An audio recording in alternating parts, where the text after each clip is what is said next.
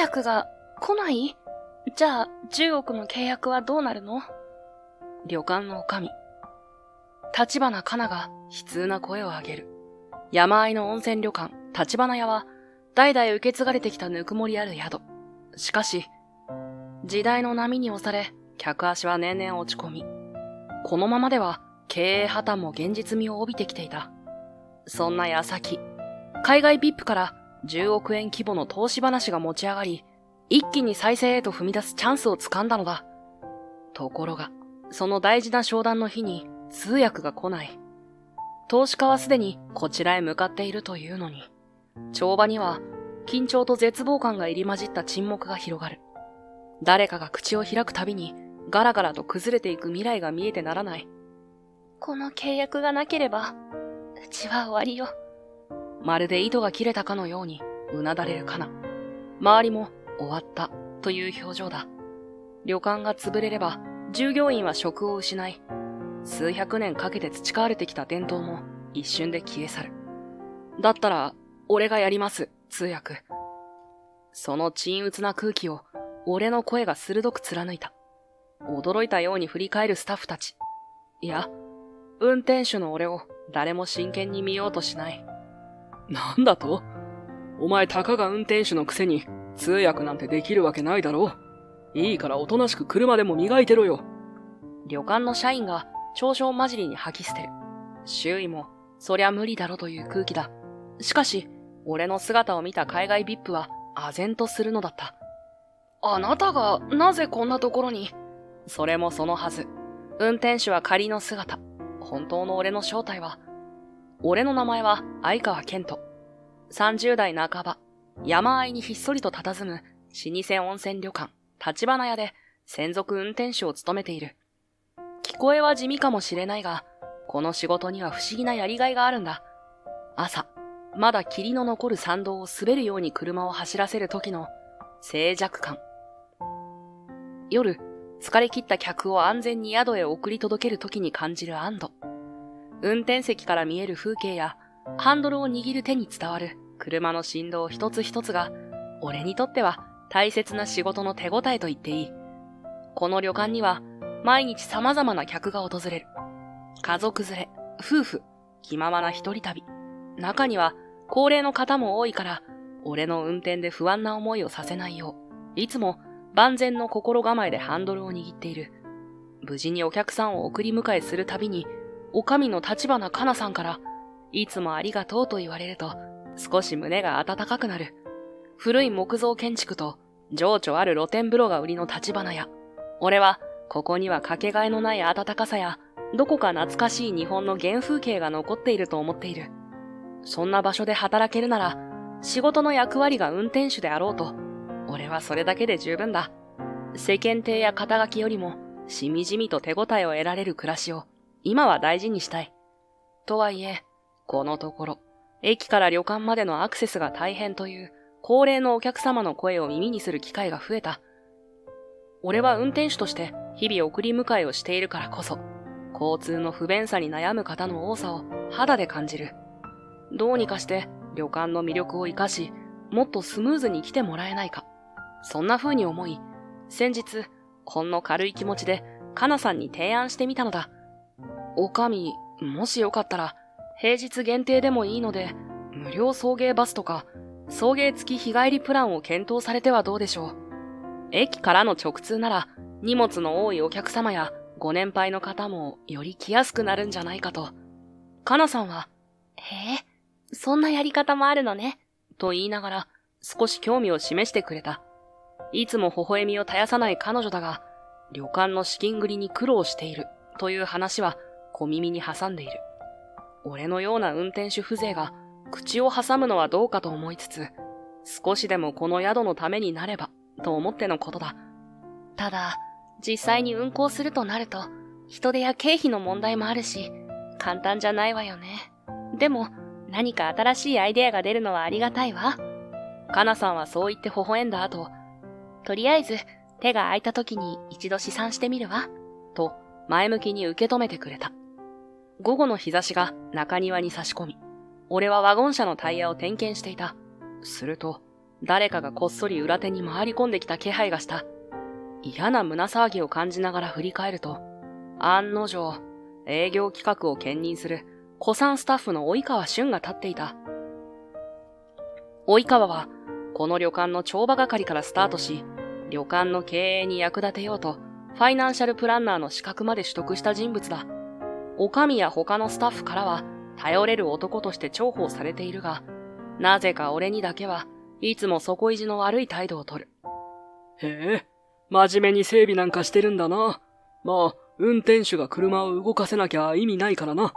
だけどさ、お前さ、ただ運転して給料もらえると思ってないよな。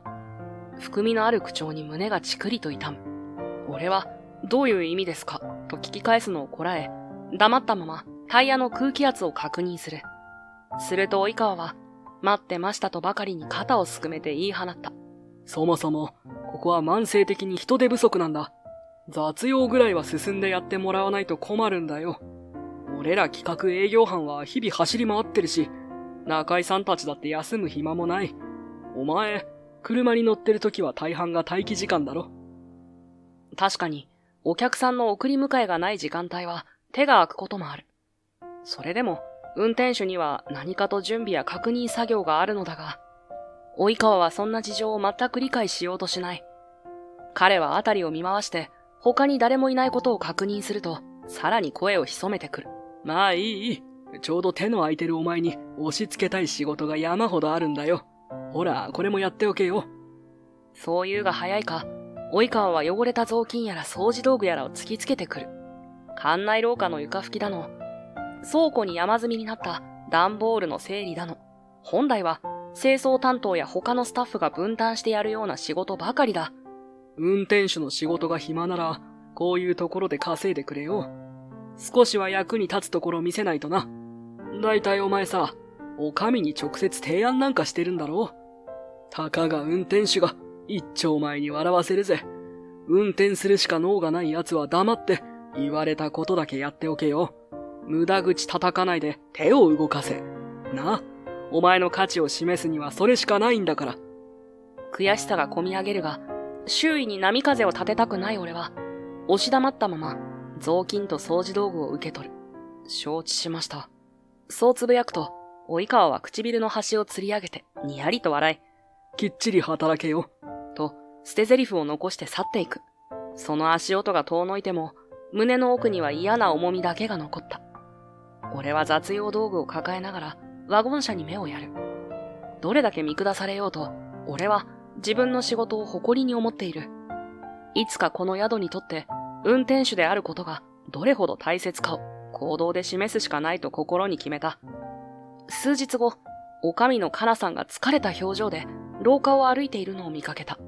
ちょうど早朝の送迎から戻り、俺は荷物を整理していたところだ。いつもは快活な笑みを絶やさない彼女が、どこか元気を失っている様子に胸がざわつく。顔を上げると、かなさんも俺に気づいて、かすかに微笑んだ。お疲れ様。朝早くから大変ね。ごめんなさいね。最近ちょっと暗い顔ばかりで。弱々しいその声に心が痛んだ。どうも、ここ最近の予約数や売り上げが思わしくなく、しかも、施設の老朽化に伴うメンテナンス費用がかさんでいるらしい。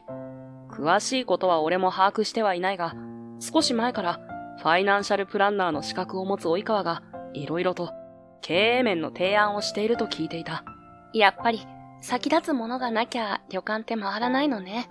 設備を新しくしたいとは思うんだけど、お金は限りがあるし。かなさんはそう嘆いて目線を落とす。俺は答えに詰まった。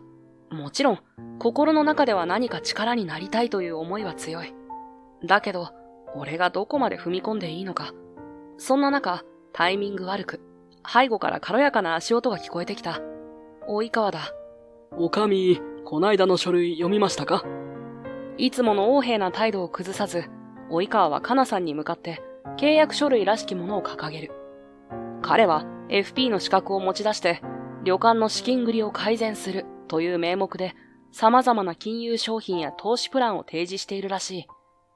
その内容自体が悪いわけではなさそうだが、聞くところによると、どうやらかなり強引な提案も含まれているようだ。例えば、リースバックを利用して旅館の建物を一時的に売却し、運転資金を確保するって方法もあるんですよ。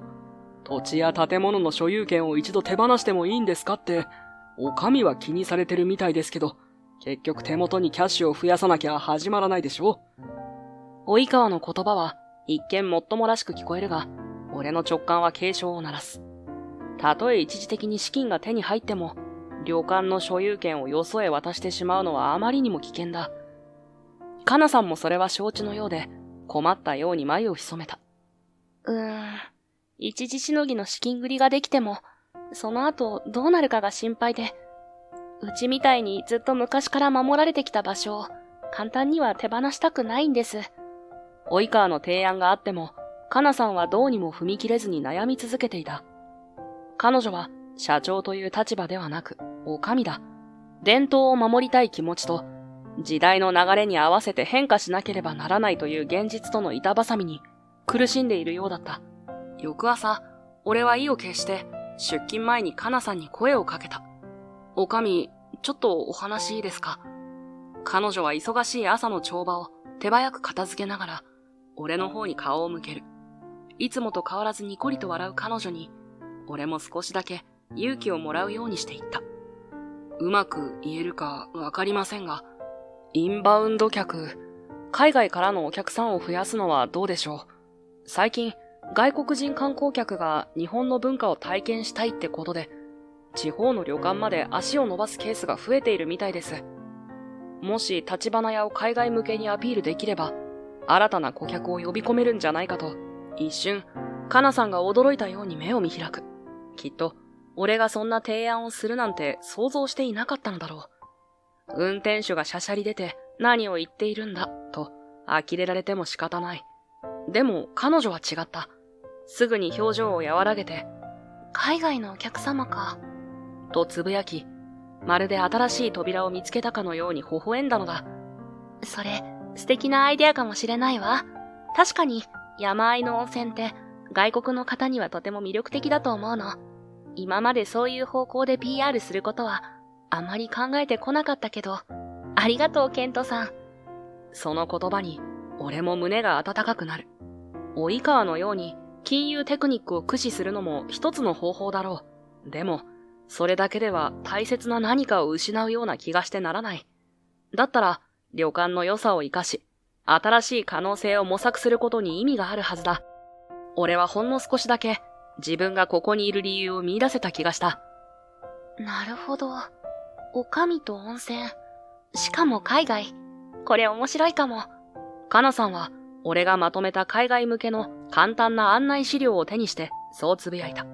と言っても、俺が作ったのは手書きの英語の説明書きや、海外旅行客が好みそうな体験プランのアイデアを箇条書きにしたものだ。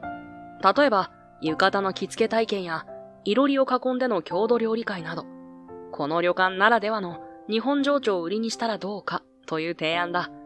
私、英語はあまり得意じゃないから、どこまでできるかわからないけど、でもこういう具体的なイメージがあると助かるわ。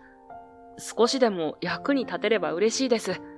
今、外国人観光客向けの情報サイトや SNS もいろいろあって、無料で PR できるツールもあるみたいですよ。すごいわね、ケントさんって。運転手なのにこんなに詳しいんだ。まあ、興味があってちょっと調べただけです。ネットで検索すれば意外と出てきますし。かなさんは、ふふっと可愛らしく笑って、俺の資料を大事そうに抱え込んだ。ありがとう。これしっかり参考にさせてもらうね。私にもできる範囲で英語の勉強を少しずつ始めてみようかな。その時は、まだ漠然としたアイデアの種だった。しかし、海外からの集客という方向性が見えたことで、かなさんも一歩前に踏み出す勇気を得たように見えた。そして何より、彼女の眼差しに以前よりも明るさが戻ったのが嬉しかった。それからというもの、かなさんは積極的に海外への情報発信を始めるようになった。俺の作った資料をもとに旅館のホームページを英語で簡単にリニューアルし、SNS にも英語の投稿を増やす。さらには外国人向けの旅行サイトと提携し、体験プランを掲げて、予約を受け付ける仕組みを整え始めたのだ。すごい。こんなに早く反応があるなんて。帳場で喜びの声を上げるカナさんに中井さんたちも笑顔を見せる。それから数週間が経つと、海外からの予約はじわじわと増えていき、旅館の売り上げも少しずつ伸びてきた。もちろん、すべてが順風満帆というわけではない。言葉や文化の違いに戸惑う場面もあるが、カナさんは、ありがとうございます。皆さんのアイデアがなければ踏み出せなかったわ。と、深々と頭を下げてくれる。だが、一方で俺は、背後に感じる不穏な視線に気づいていた。そう、及川だ。彼は最近、あまり俺に絡んでくることはなくなったが、時折、廊下の影から俺をじっと見つめているような気配がする。まるで、どうしてあいつが女将の信頼を得ているんだ、と言わんばかりに。そして、そんな及川の態度を裏付けるような出来事が、後に起こるのだった。ある夕方、帳場に用事があって足を運ぶと、カナさんがとても嬉しそうに話していた。どうやら、今月の売り上げが、昨年同期を大きく上回り、客室の稼働率も伸びてきているらしい。特に、海外客の伸びが顕著で、口コミや SNS での評判が広がり、次のシーズン予約も好調だという。ケントさん、本当にありがとう。海外のお客様を誘致するなんて、最初は難しいと思ったけど、やっぱりやってみるもんね。すごく評判がいいのよ。思ったより早く効果が出てくれて、少しほっとしてるわ。そう言ってカナさんがにこやかに笑った瞬間、背後から聞こえた足音に思わず振り返った。いたのは及川だ。いつもスーツをビシッと着こなし、切れ者らしさを漂わせる彼の表情には、皮肉そうな笑みが浮かんでいる。へえ、おかみご機嫌ですね。海外客か。まあ、一時的にブームになっているだけかもしれませんよ。実際、日本へ観光に来る外国人は増えているけど、いつまでも続くとは限らない。そんな先の見えないものに期待をかけるなんて、リスクが高いと思いますけどね。その態度に、カナさんの眉がわずかに曇る。前ほど露骨に強圧的な言い方はしなくなったが、その底意地の悪さは少しも変わっていない。俺も心の奥がざわめいたが、なるべく冷静さを保つ。先のことは誰にもわからないですよ。ただ、何もしないよりはずっといい。リスクがあるからこそ、うまく対応すればチャンスにもなるんです。そう言うと、及川はふっと鼻で笑った。ふん。まあお前も運転手の分際でよく口を出せるもんだな。いいよいいよ。どうせお上はお前を頼りにしてるようだからな。だが、俺は俺でもっと実質的な方法を提示し続けますよ。いつまでもこんな小手先のやり方に頼ってるわけにはいかないんでね。彼はそこで言葉を切り、わざとらしく背筋を伸ばすと、わずかに声のトーンを落として続けた。仮に今、旅館の経営が盛り上がってるように見えても、設備更新のための大きな資金が足りていない現実は変わりません。そろそろ決断するべきじゃないですか。僕の提案した投資プラン、真面目に検討した方がいいんじゃないかと。まとまった資金が入れば、改装や施設の増設だって進むでしょう。カナさんは言葉に詰まって視線を落とした。確かに、海外客を呼び込んで売り上げが上向いてきたと言っても、それだけで老朽化した設備を全て改善できるほど余裕が出たわけではない。投資を呼び込むという手段自体を完全否定することは難しいだろう。でも、それはこの旅館の形を変えちゃうような気がして。まあ、いずれわかりますよ。ただの運転手よりは頼りになりますんで。そう言い残し、及川はきびすを返して立ち去る。その後ろ姿を見送りながら、カナさんは小さくため息をついた。投資って、どこからどこまでがいいのか、正直わからないわ。でも、やっぱり私は、立花屋がずっと守り伝えてきた空気やぬくもりを壊したくないの。ふと、カナさんがうつむきかけていた顔をほんの少しだけ上げた。その目が夕暮れに染まる帳場の明かりを受けてかすかに揺れている。でも、ケントさんがこうして気にかけてくれるから、私もまだ頑張れるの。最初は、ただ新しく雇った運転手さんって感じだったけど、あなたと出会って、私も一歩ずつ踏み出せてる気がする。そうつぶやくカナさんの声は、弱さだけではなく、決意をはらんでいた。彼女は、実は私、もともと経営とか、お金の回し方とかあまり得意じゃなかったの。代々受け継いできた旅館を守るっていうプレッシャーばかり大きくて、特に海外のことなんて敷居が高いと思っていたから。でもあなたにあんな風に海外からのお客様を呼び込むのも手だよって言ってもらえて、見えない扉が開いた気がしたの。新しいことに挑戦するのって怖いけど、ケントさんのアイデアやサポートがあるから踏み出せた。ちょっとずつだけど、私も女将として強くなれてる。そう思えるのよ。心の内を明かすように紡がれる言葉に、俺の胸は熱くなった。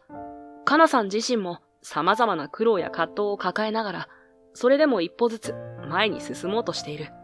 いや、俺の方こそ、何も大したことはしてないですよ。いつも迷惑かけてばかりで。そう言いかけた瞬間、カナさんが柔らかく微笑みながら、ほんの少しだけ俺の腕に手を触れた。そのぬくもりが、まるで小さな火種のように心の奥で灯る。謙遜しすぎだわ。あなたがいなかったら、私は多分今もずっと閉じこもったままだったと思う。前を向くきっかけをくれてありがとう。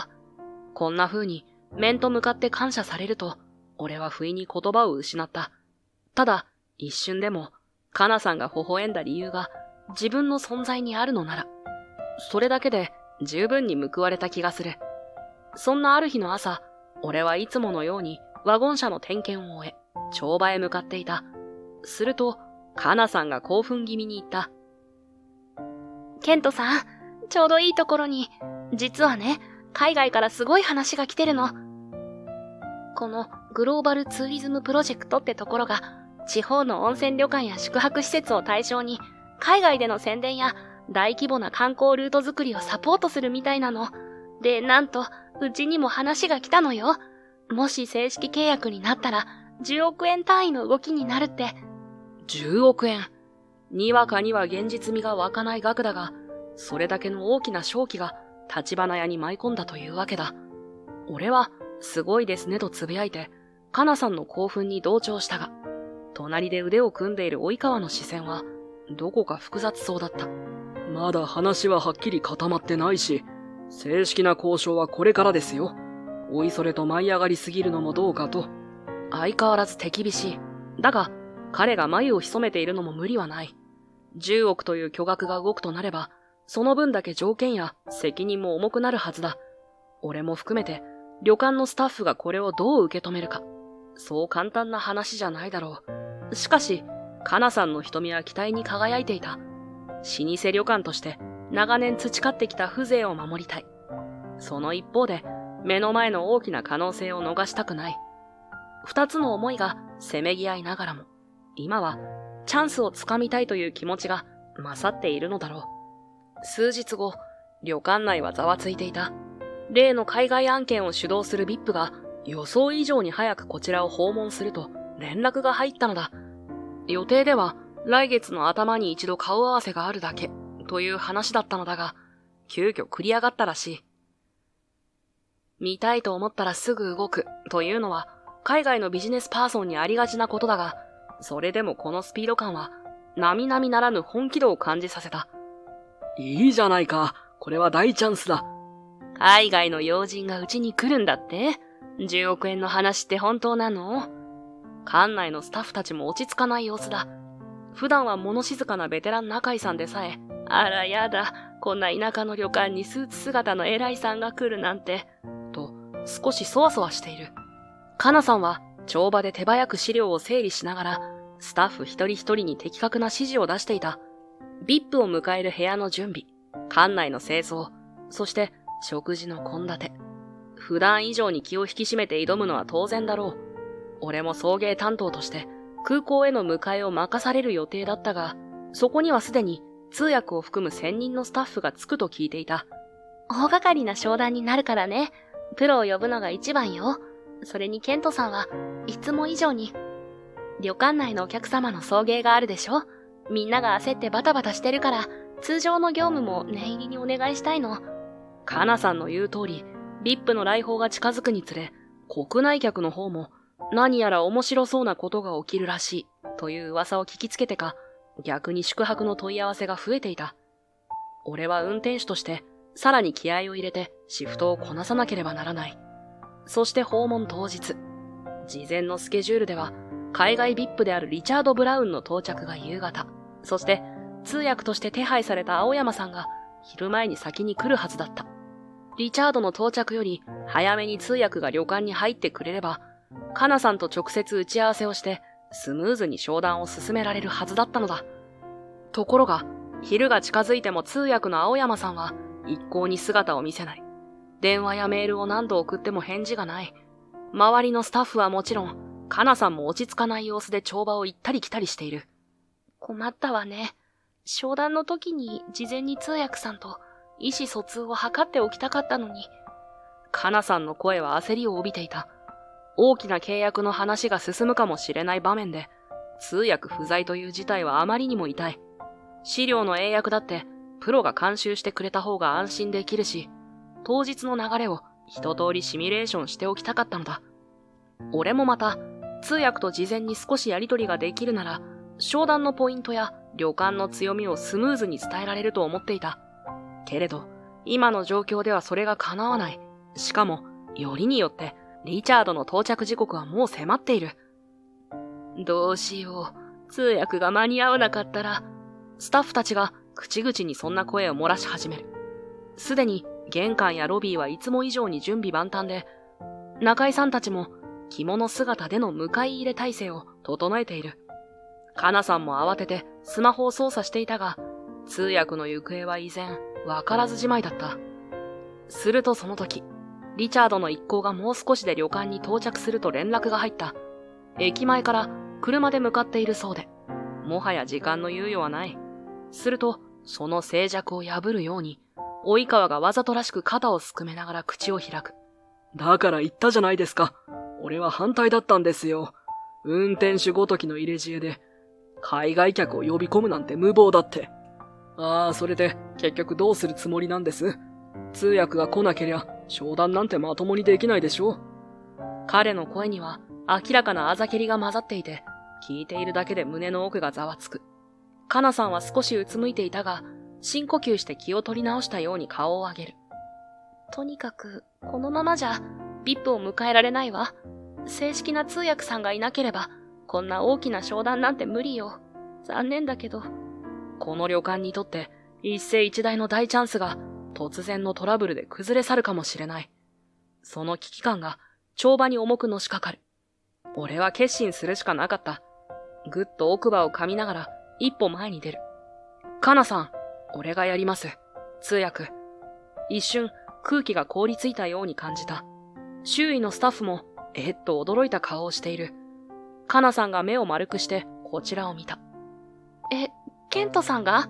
でも、そんな急に。言葉に詰まるカナさんに、俺はなるべく落ち着いた声で返す。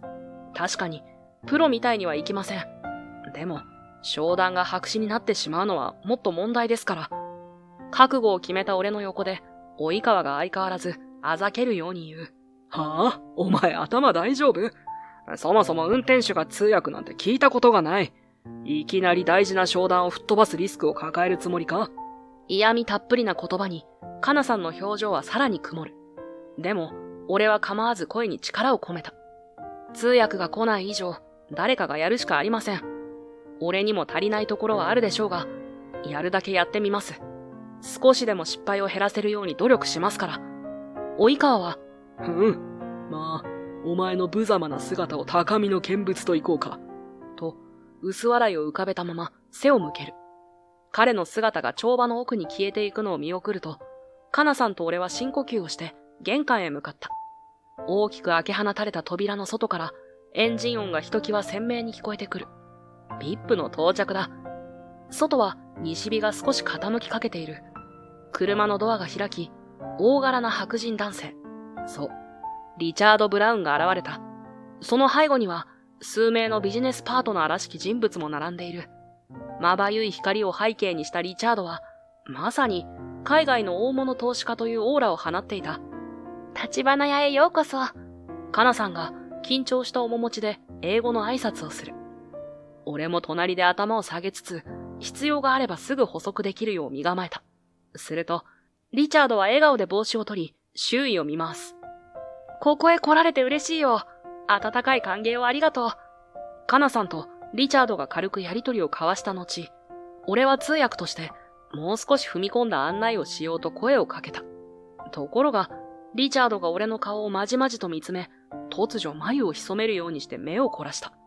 待って、君には見覚えがあるな。以前どこかで会ったことはないか？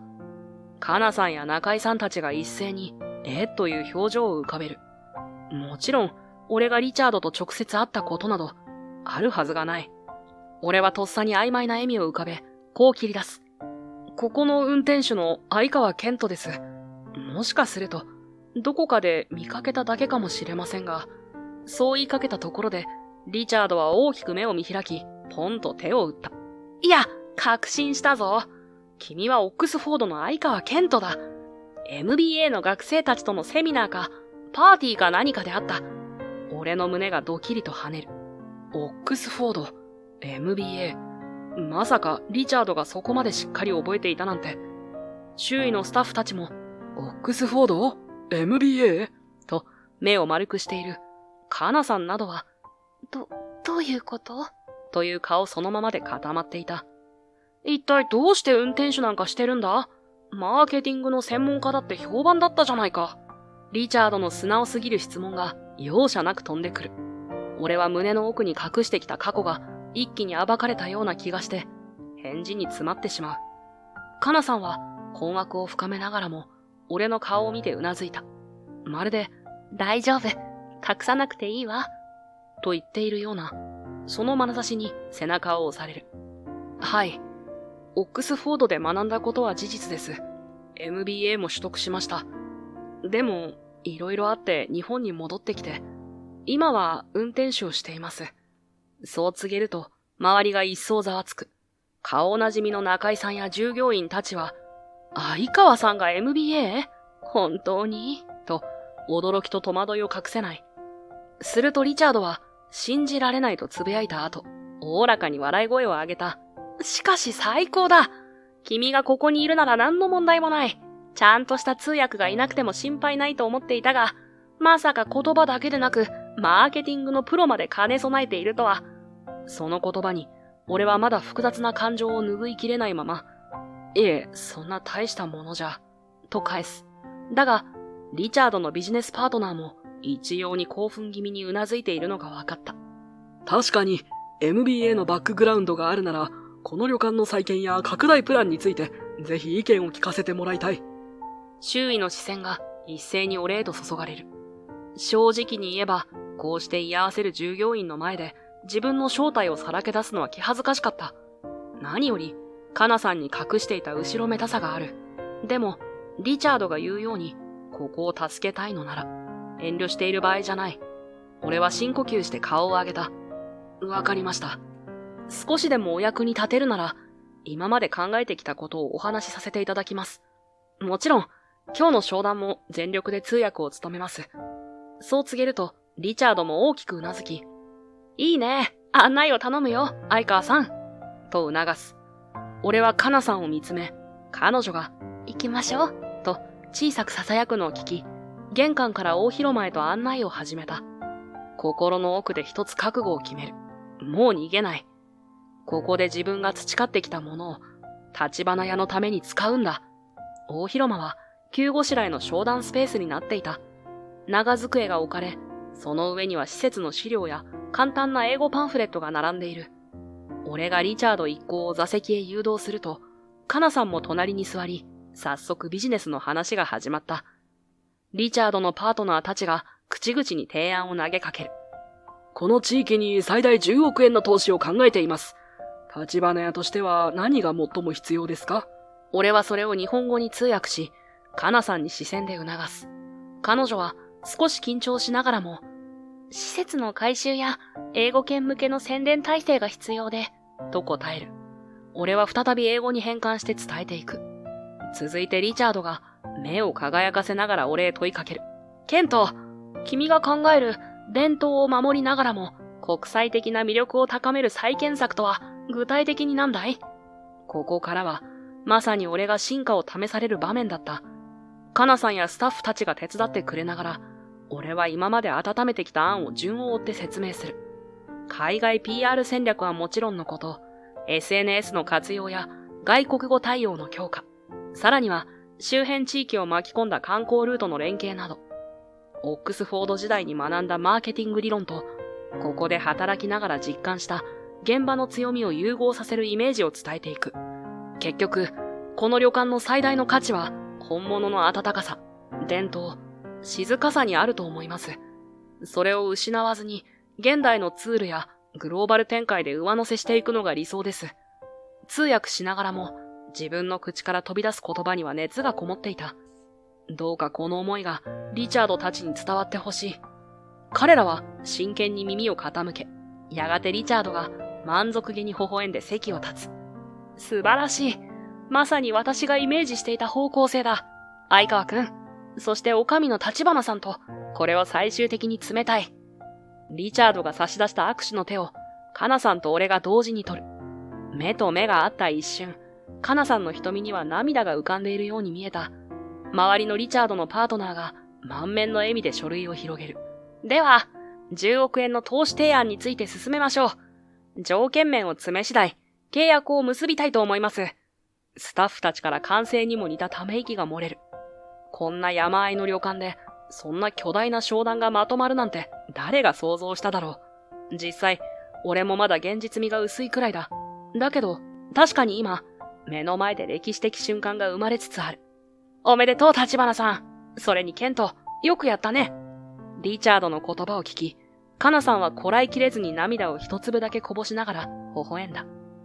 俺も大きく安堵の息を吐く。これで、この旅館がもう一度息を吹き返すかもしれない。カナさんの震えるような声に、俺は深くうなずいた。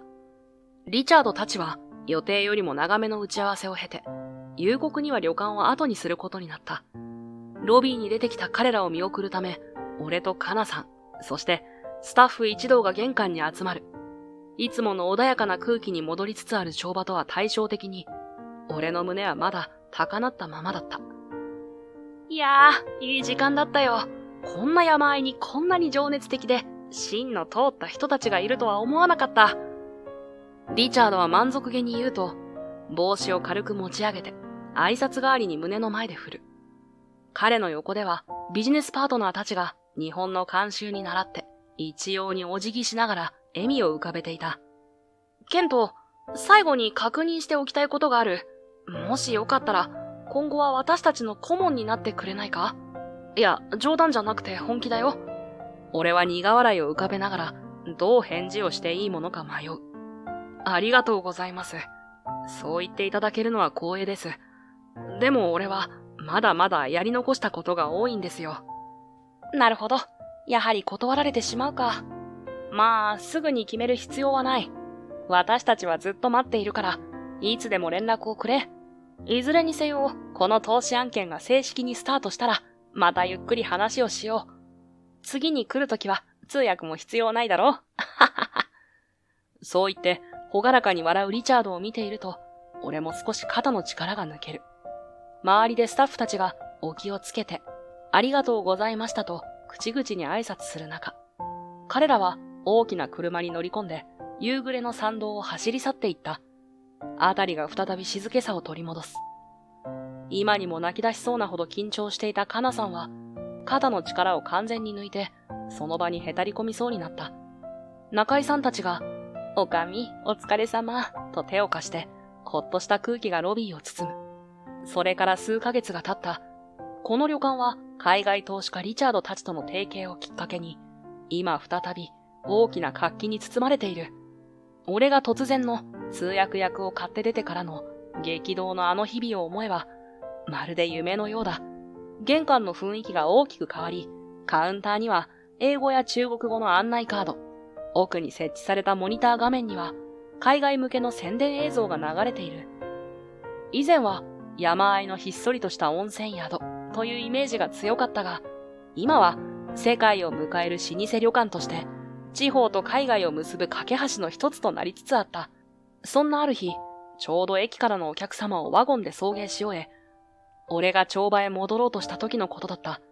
ロビーにどこか重苦しい空気が漂っているのを感じて足を止めると、そこにはスーツ姿で微笑みを浮かべる男、鏡が立っていた。何人かの部下らしき人物を引き連れている。鏡、どうしてここに？思わず息を飲む。相川さん？この方は？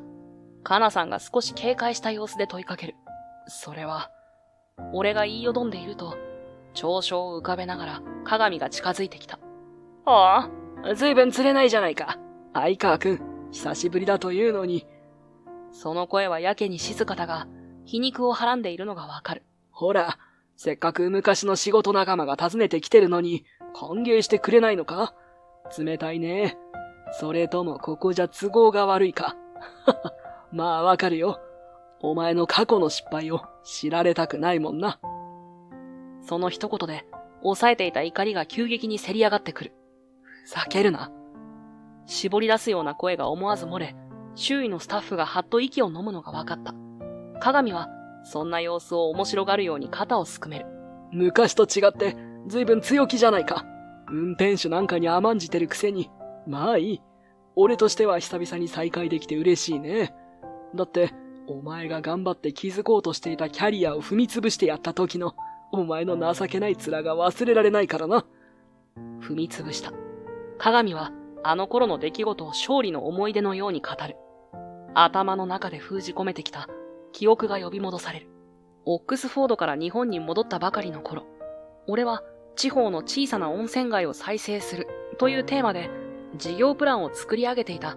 海外の投資家を呼び込み、地元企業とも手を携えて地域を丸ごと活性化させる。当時はその可能性を誰もが期待してくれた。実際に俺の計画を後押ししてくれる人も多かった。例えば、大手旅行会社の役員や外資系ホテルチェーンの日本支社長。相川さんの考え方は先見性があるね。一緒に頑張りましょう。と、彼らは積極的に協力を約束してくれていた。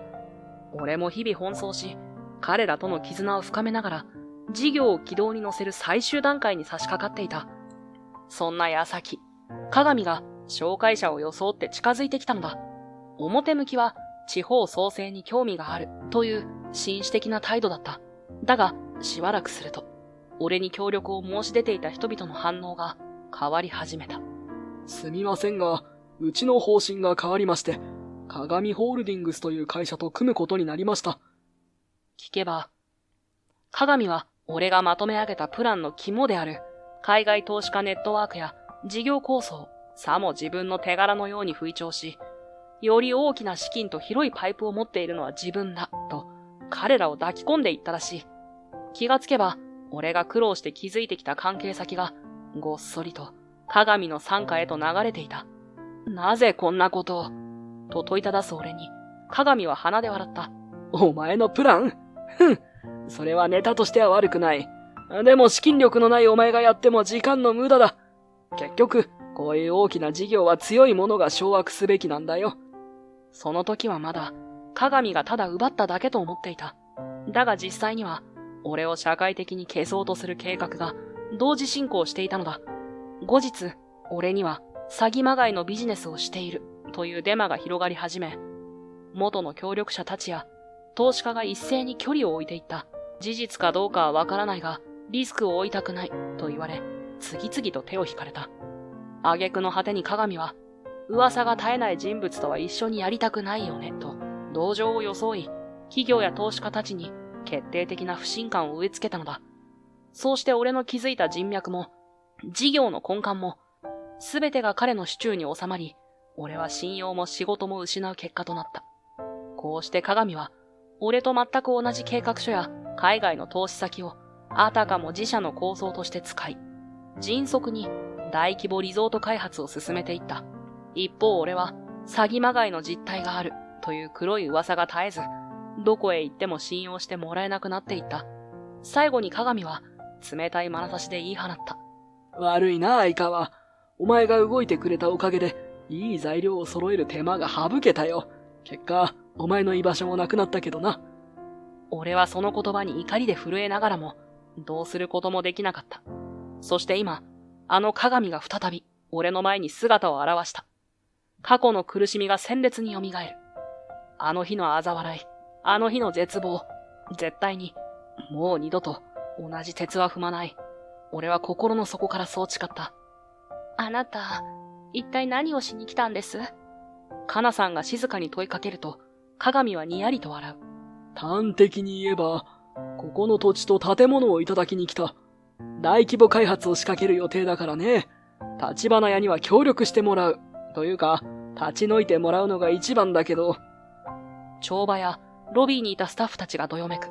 かなさんは唇をかすかに噛み締めながら、鏡を睨むように見返した。立ち退くなんて冗談じゃないわ。ここは私たちが大切に守ってきた場所です。あなたがどれほど大きな計画を持っていようと、勝手に追い出されるつもりはありません。その声は震えていたが、確かな意志が宿っていた。鏡は鼻で笑うと、かなさんにわざとらしく近づき、低く囁く。おやおや、そんなに強気でいられるのかな。でもね、おかみさん、あなたのことは気に入ったよ。仕事ができそうだし、見た目も悪くない。もし立花屋がなくなったら、俺の新しいホテルで働けばいい。いや、いっそ専属秘書になってくれるとありがたいな。どうせこの先、居場所がなくなるなら、手を差し伸べてあげてもいい。かなさんは思わず後ずさりし、俺とぶつかる。鏡の言葉は、表面こそ余裕を装っているが、明らかな侮辱と支配欲が透けて見える。俺は胸の奥から燃え上がるような怒りを感じた。ふざけるな、鏡。ここは俺たちの、かなさんやスタッフたちの大切な場所なんだ。あんたに勝手なことをさせるわけにはいかない。鏡の視線が一瞬、鋭く俺を射抜いた。周囲のスタッフたちが息を飲むほどの重苦しい空気が流れる。だが、鏡はすぐににやりと唇を歪めると、きびすを返した。いいだろう。勝手に吠えていろ。その強気がいつまでも続くとは思わないことだ。俺はいずれ、ここを大々的に買収させてもらう。あんたたちが泣きついてくるまで、そう時間はかからないだろうさ。最後に、ちらりとかなさんを振り返り。申し出はいつでも有効だ。賢い選択を期待してるよ。まあ、君が私の元に来るんだったら、ここは残してやってもいいかもな。と、不敵な笑みを残すと、鏡は部下たちを連れて、悠々と旅館を後にした。ドアが閉まってからも、あの冷たい笑い声が耳の奥に残っているようで、スタッフたちは一様に硬い表情を崩せない。かなさんは息を詰めていたことに気づいたのか、小さく深呼吸をして静かにうつむいた。俺は彼女の肩にそっと手を置いて、大丈夫だと言い聞かせる。鏡がどう出ようとも、俺たちがこの旅館を守り抜く。その決意だけは曇ることなどありえない。その夜、俺は胸の奥に残るざわつきを抑えようと外に出た。そんな時、背後から気だるげな声がした。ざまあねえな、相川。声の主は及川だ。いつもは少し離れたところから嫌味を言う程度だが、今日はそれが一段と辛辣だ。結局、お前のせいでここが潰れるんじゃねえのか？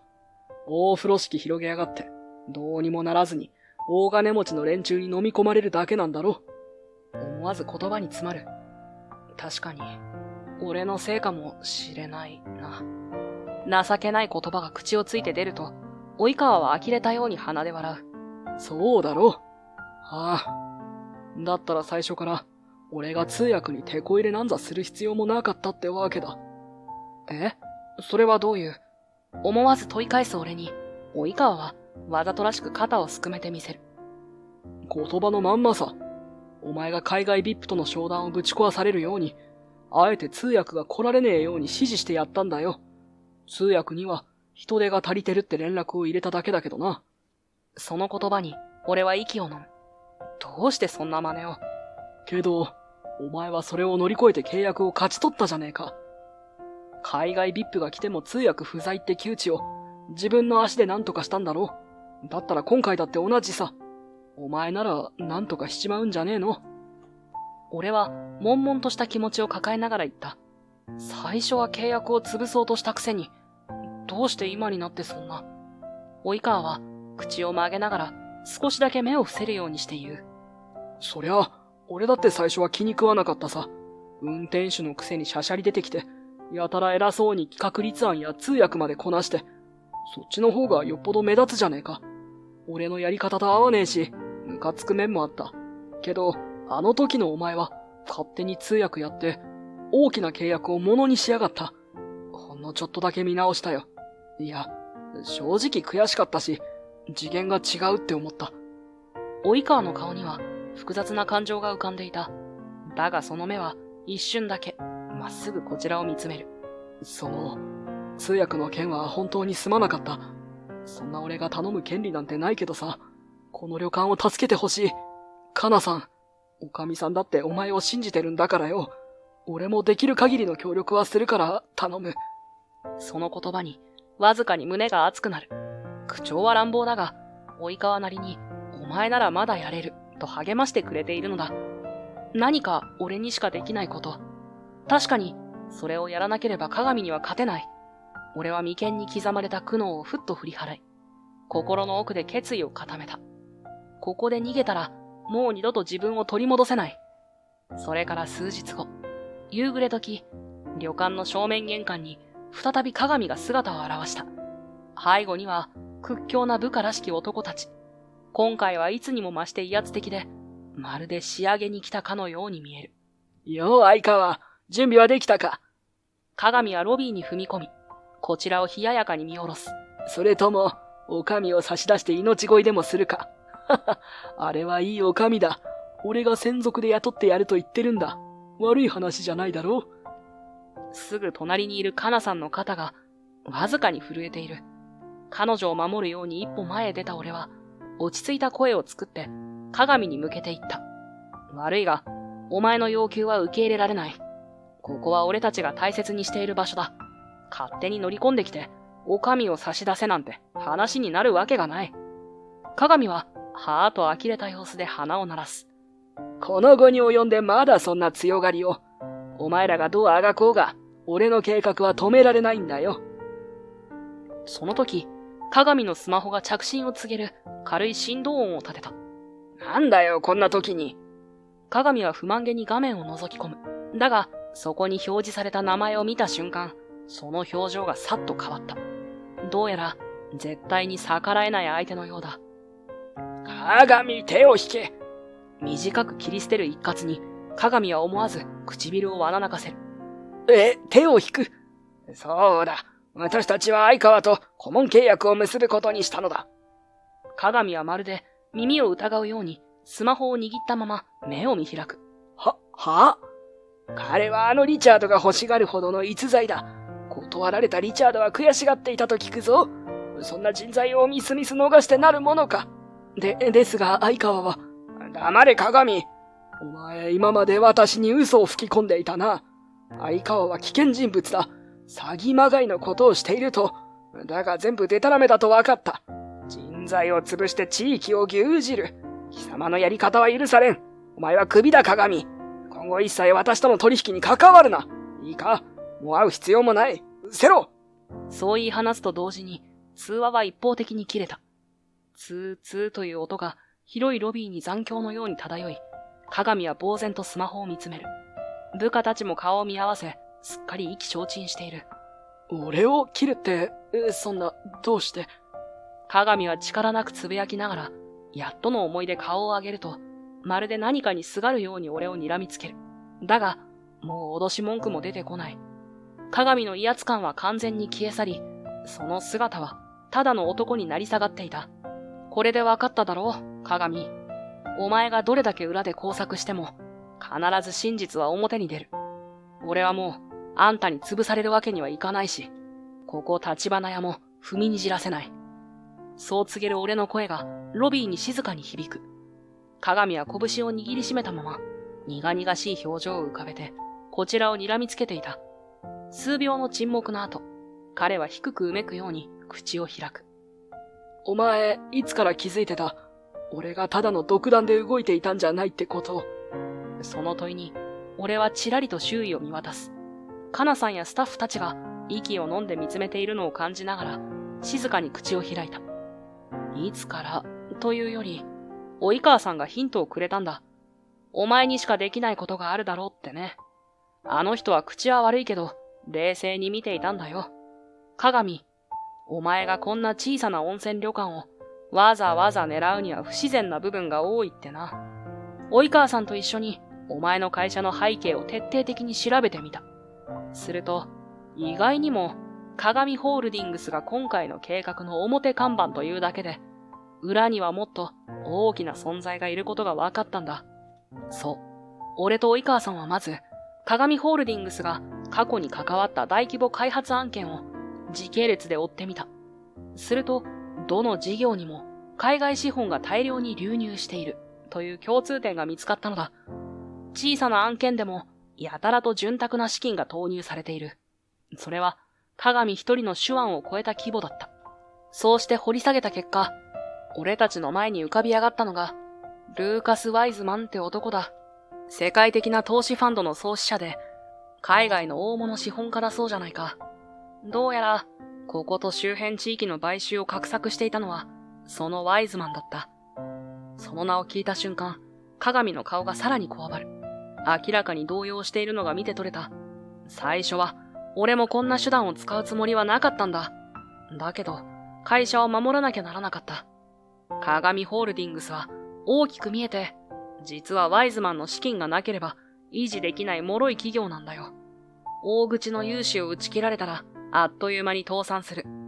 だから、どうしても早く実績を出して、奴の関心を買う必要があった。鏡はうなだれながら、ポツポツと思い出すように言葉をこぼした。学生時代、お前と同じ日本人として、お前の出来の良さには本当に驚かされたよ。あの時は、どんな難題が来ても、お前は当たり前のように解いて、周囲からも一目置かれていた。正直羨ましかった。それを嫉妬だと認めるのは尺だったが、いつからか奪ってでも自分のものにすればって、思うようになってしまったんだ。その声には、自重めいた苦笑が滲んでいる。そう。鏡もまた、オックスフォードを卒業していた優秀な生徒だったのだ。かつての学友として、鏡も俺を認めていた時期があったのだろう。しかし、その戦望は歪んだ方向へ突き進んでいった。今思えば短絡的だったよ。相川の能力や知識をそっくり手に入れりゃ、自分のビジネスは一気に花開く、なんて考えた。だけど、俺は常に会社をどうやって存続させるかに追われていて、余裕なんてなかった。上にはワイズマンがいて、彼の出資なしでは、俺の鏡ホールディングスは成り立たない。もし気に入られなかったら、資金を引き上げられる。そうなると一巻の終わりだ。だから手段を選べなくなったんだよ。最後の言葉は、もう完全に声が震えていた。鏡は正面を見据えられないまま、薄暗いロビーの床に目を落とす。まるで全てを吐き出してしまったように、肩が小刻みに上下していた。だけど、だからといって、人を陥れてまでやるのは間違っていた。そうでしょ？唐突にそう語りかけたのは、カナさんだった。会社を守らなきゃいけない事情はわかりました。それはきっと、とても大変なことなのでしょう。でも、だからといって、あなたが相川さんの努力を奪う理由にはなりません。すべては、取り返しのつかない間違いだったって、あなた自身が一番わかってるはずです。カナさんの言葉に、鏡はこわばった顔でじっと耳を傾け、やがて短く息を吐く。そして、気まずそうに視線をそらすと、まるで自分から逃げるように足早に玄関へ向かう。ロビーに立ち込めた重たい空気を引きずるようにしながら、鏡はドアに手をかけ、そこにいた部下たちを促すように軽く振り返った。やっぱりお前はすごいよ。学生時代に見てきたお前の才能が、色あせるどころか、さらに磨かれているなんてな。あのワイズマンに使われるんじゃなく、顧問契約を結ぶなんて、俺には到底真似できなかった。鏡は悔しさや後悔、そしてどこか晴れやかな定年を混ぜ合わせた表情でそうつぶやく。いや、お前だって十分にすごいやつだった。俺はどんなに頑張っても勝てないんじゃないかって思った時期もあるくらいだからな。お前は切羽詰まった末に間違った選択をしただけだ。だけど、そのがむしゃらさが方向さえ違えば、もっと違う結果になったんじゃないかって、そう思うよ。思いがけない言葉に、鏡の瞳がほんの少し潤んだようにも見える。今更お前に褒められてもな。けど、こうして最後に言い合えただけでも、俺はまだ救われる気がする。ありがとう相川。俺は二度と戻れないかもしれないけど、お前は、お前のまま進めよ。いつか、もし道が交わることがあったら、今度は堂々と同じ土俵に立ってみたいもんだ。最後の一言には、鏡の素直な思いが滲んでいた。互いを憎んでいたはずなのに、今は不思議な敬意がそこにある。ああ、またいつか違う形で会えたら、その時はお前も、ワイズマンなんて奴の影じゃなく、自分の力で堂々とな。鏡は唇を引き結び、ぶっきらぼうに顔をそらすと、今度こそ一気に玄関を押し開ける。背後からは、部下たちが気まずそうに彼を追う。扉が閉まる瞬間、鏡は小さく手を振るようにして挨拶を返し、そして光の中に消えていった。ケントさん。カナさんが声にならないほど込み上げる感情を抑えるように瞳を潤ませる。もう大丈夫です。ワイズマンのことも含めて、これから先、俺たちはこの旅館を守っていけばいい。みんなで一緒に、ここをもっと魅力ある場所にしていきましょう。カナさんは深くうなずき、ロビーに集まったスタッフたちも、まるで緊張の糸が解けたように笑顔を取り戻す。外の空には、優しい夕日の名残が差し込み、帳場に暖かい光が落ちていた。それから数ヶ月、風の噂によれば、鏡は鏡ホールディングスの規模を縮小しながらも、地道に立て直しを図っているという。以前ほどの大きな口は叩けなくなったものの、少なくとも裏工作には頼らず、成功法で会社を維持しているらしい。スタッフ仲間を経由して耳にしたところによると、今回は失敗したが、いずれ何らかの形で相川と勝負してみたいと呟いているとか。鏡なりに再出発を誓ったのだろう。誰かを踏み台にせずとも、彼が本来の切れ者ぶりを発揮できれば、いつか真っ向勝負で相まみえる日が来るかもしれない。そして、鏡の妨害がなくなったことで、立花屋はさらに海外からの宿泊客を呼び込むことに成功していた。リチャードの投資ネットワークを活用して、インバウンド観光客向けのプランを拡充し、SNS による海外向け PR も強化。気がつけば、平日でも客室が8割以上埋まるようになり、週末ともなれば満室が珍しくなくなった。一方の俺はというと、ワイズマンと契約をしたことを知ったリチャードが、ワイズマンだけずるいじゃないか。僕とも契約してくれないとフェアじゃない。と声を上げ、二人の大物投資家と顧問契約をすることとなった。ワイズマンとリチャード、この二人は、どうやら因縁深いライバルのようでありながら、時折協調もする不思議な間柄らしい。ただ、今回の一件で、ワイズマン自身が、鏡の報告はほとんど誤解やデマに満ちていたと理解したこともあり、俺に対して不必要な敵対心を持つことはなくなった。むしろ、一度ゆっくり意見を聞かせてくれと声をかけられ、リチャードを交えて三者会談のような場が何度か開かれたほどだ。結果、ワイズマンは、損得だけで地域を潰すのではなく、長期的な視点で投資を育てる方が利が大きいと悟ったらしく、いくつかの地方のプロジェクトでは、住民や事業者と提携を試みる姿勢を見せるようになった。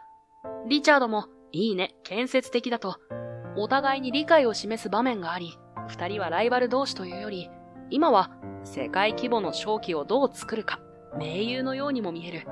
しかし、偉大な二人でも、性格は案外子供っぽい。気づけばお互いの出方を牽制したり、妙に張り合ったりするものだから、なだめ役としての労力もかなり大きい。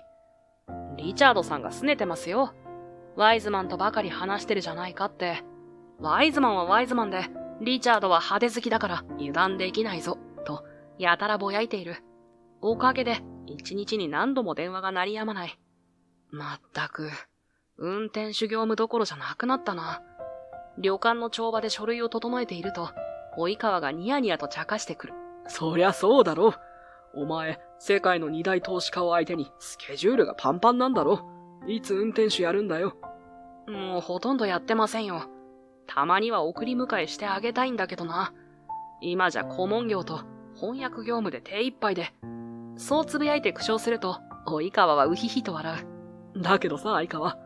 お前がちっとも旅館にいないときは、カナさん結構寂しそうだぜ。隠そうとはしてるけどな。及川がそんなことを耳打ちするもんだから、俺はつい顔をあからめてしまう。そうですか？まあ、俺も、もっとここに根を下ろしていたいとは思ってるんだけど、ワイズマンとリチャードのやりとりが絶えなくて、俺がそうぼやくと、帳場のすぐ脇にいた及川が、待ってましたと言わんばかりに、肩をすくめて口を開いた。へえ、そんなに忙しいんなら仕方ねえよな。でもよ、相川。お前がぼやぼやしてると、俺がおかみさんをもらっちまうからな。一瞬、何を言われたのか理解できず、俺は目を丸くする。何ですかそれ。困りますよ、そういう冗談は。慌てて言い返すと、及川はにやりと唇をつり上げて、楽しそうに言う。冗談かどうかは、お前の動き次第ってとこかな。まあ、おかみさんにも選ぶ権利があるしな。その瞬間、向こうの帳場で書類を整理していたカナさんが、小さく肩を震わせながら、耳まで赤く染めて顔を伏せるのが見えた。どうやら会話の一部始終がちゃんと聞こえていたらしい。彼女は恥ずかしそうに書類を握りしめ、ふいっと視線を避けている。そんなカナさんの反応を横目に、及川はわざとらしく口笛を吹きながら仕事の続きへ向かう。明らかにわざと口にした言葉だと分かっていても、俺の方がじわりと熱くなっていくのをどうにも抑えられない。ほんと困りますよ。俺が小声でそうつぶやいて、カナさんの方へ視線をやると、彼女もちらりと目を合わせ、頬をあからめながら微笑んだ。周りのスタッフもニヤニヤしている。及川の不用意な一言は照れくさすぎるけれど、どこかそれが背中を押してくれたような気もして、胸の奥が少しだけ温かくなるのだった。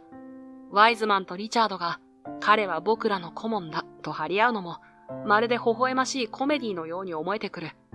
及川のチャチャも、中井さんたちの冷やかしも、全部ひっくるめて、俺は大切に感じている。明日はまた、新しいお客様が海を越えて訪れるという。カナさんと顔を見合わせれば、よし頑張ろうか、と気合を入れ合う。旅館は夜を深めながら、次の朝の準備を着々と進めているところだった。こうして、運転手から顧問へと立場を変えながら、俺は今もこの場所を支えている。そして、この先もずっと、ここが俺の帰る場所であり続けるのだと確信している。どれほど世界が広がっても、最終的にたどり着く場所は、やはりここ。